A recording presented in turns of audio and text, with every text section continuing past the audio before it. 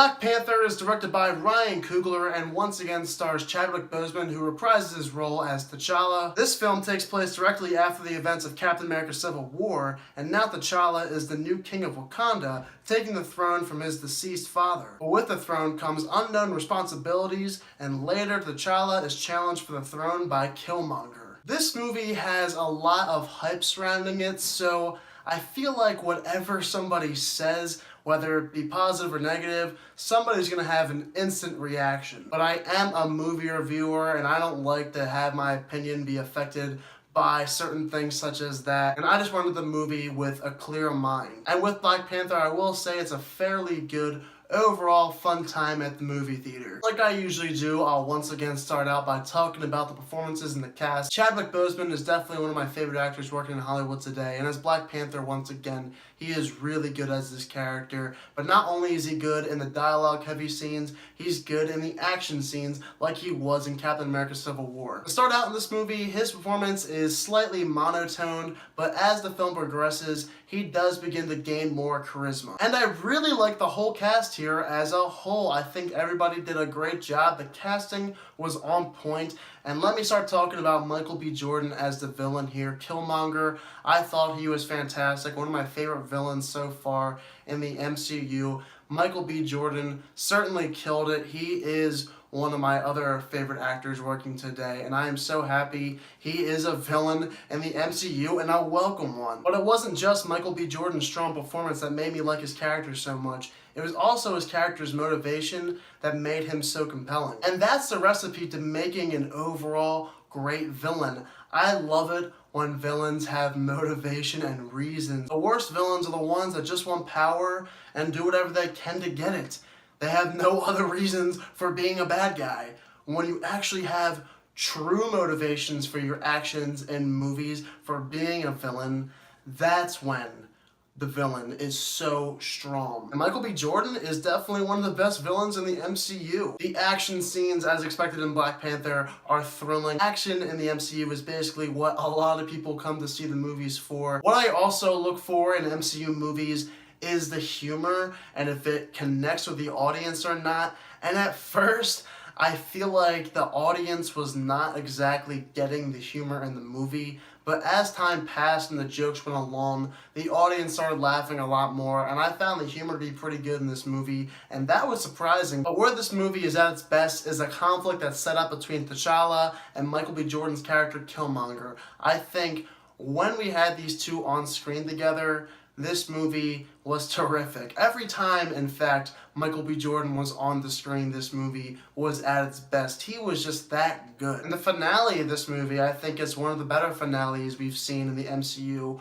over the last several years. A lot of times, I do actually grade some parts of these films based on the finales. We've had movies that don't have exactly great finales. They're relatively weak. But over the last couple years, the finales in these movies have been really good, and Black Panther is no different. I love the finale of Black Panther. And I don't want to spoil anything that actually happens in this finale. Just go see for yourself. The conflict is true, it's gritty, it's real. There were a lot of things I liked about Black Panther. This was a solid MCU movie, very enjoyable, a lot of good things in here. But there were some negatives I had with this film, which made me kind of sit back and think to myself, well, maybe this movie is not as perfect as some critics thought it was. Michael B. Jordan stole the show so much in this film to the point where I was bored when he was not on screen. In fact, there was a moment in this movie where we see him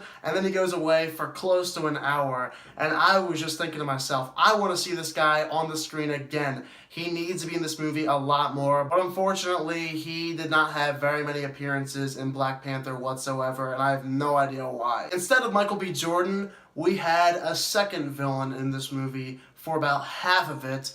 And I'm not sure why, because the second villain I did not care at all about. He was just in there for no reason. You could have just had Michael B. Jordan instead rolling this whole show. It would have been far better. I was not into the movie very much at all when he was not on screen. Which means the first 2/3 of this movie weren't as exciting as I was hoping they'd be. In fact, considering how Michael B. Jordan wasn't in really most of this movie, I think Black Panther fails to separate itself from the rest of the MCU movies. This kind of feels like a by-the-numbers MCU movie, like a lot of the other ones, unfortunately. I was hoping it'd be a little bit different. It's definitely not one of the worst, not even close, but it's also, in my opinion, not even close to some of the best.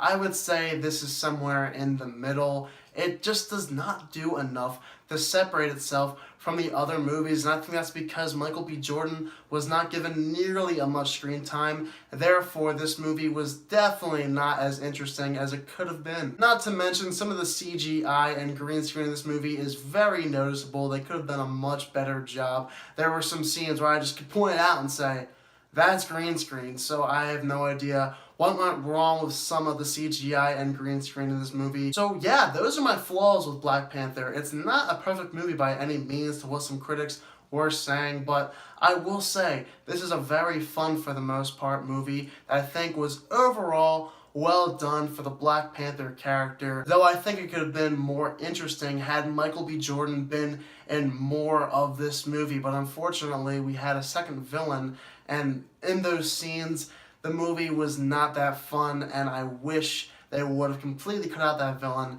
and just had Michael B. Jordan instead. But I think a lot of you guys will have a really fun time with this movie. It is a movie you will enjoy.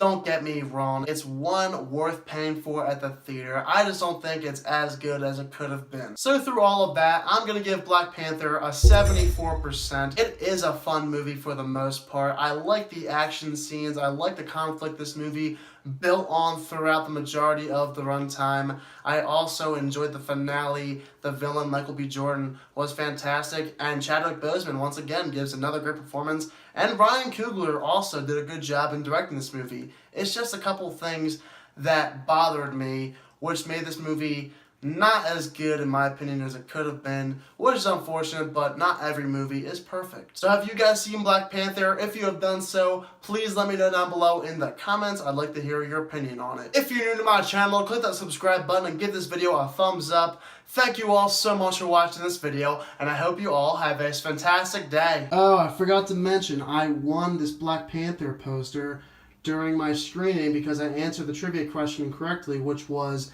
how many MCU movies have there been so far, including Black Panther? And I said 18, so I won this. But unfortunately, it was raining, and it got ruined. So, yeah, that sucks. But, yeah, maybe they can find some room in the storage room or something. I don't know.